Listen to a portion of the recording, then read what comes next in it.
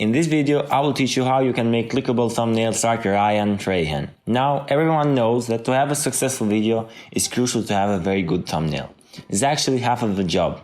It's so easy to see a good title and thumbnail and be like, all right, let's just do whatever it takes to make this video and get it up because it's going to do well. After days of studying Ryan's channel, I found out that, well, his videos weren't always this successful. Yeah. And for some time, he was in a bad position, where he was losing like 10,000 subscribers. But the way he managed to get back up and just destroy the YouTube algorithm is just fascinating.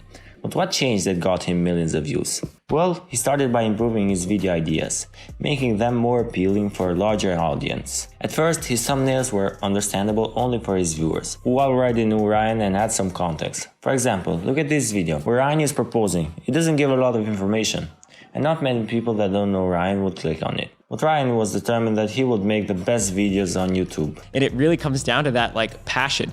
Even the thumbnail. That metaverse thumbnail, we went to a studio, we got a black backdrop.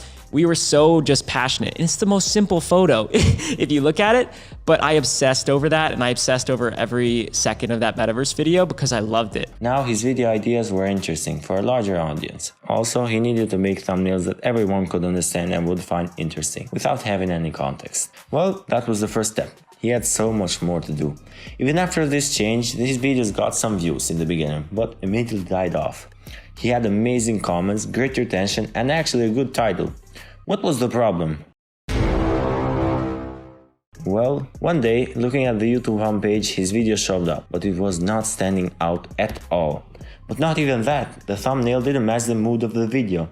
It actually looked sad, like a dark thumbnail. But that wasn't the case with the video. His videos were cheerful and happy. After realizing that, he changed the background from black to green and tweaked the shirt color. And voila! His thumbnail now stands out, and it is so much more intentional. It is important to be intentional. I think about even how fonts communicate to people. I changed my font from being somewhat more corporate to something that's so normal, that's just on everyone's computer, and it just feels more like me. Immediately after changing the thumbnail, the results came rushing.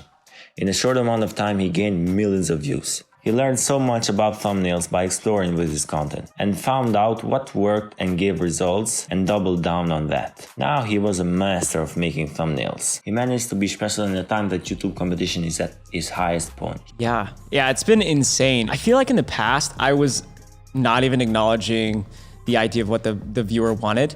And even what I wanted. It was almost okay, I run a YouTube channel and I should do this because the people at the top are doing it. He keeps his thumbnails so realistic and doesn't use exaggerated face expressions like most of thumbnails on YouTube. He wanted to break the cliche that if you want to get views on YouTube, you need big reaction on your thumbnail. The way he creates content is actually by making a great thumbnail first, then creating the video. And so it's kind of this reverse engineering where the thumbnail's done and now I just have to go do it instead of I did it, let's make a thumbnail, I guess, about this. And then you're scrambling and the thumbnail's probably gonna be whack. Comment which YouTuber should I analyze next. I really hope you found this video helpful. And if you did, don't forget to like, subscribe, and turn the notification bell on for more helpful videos like this.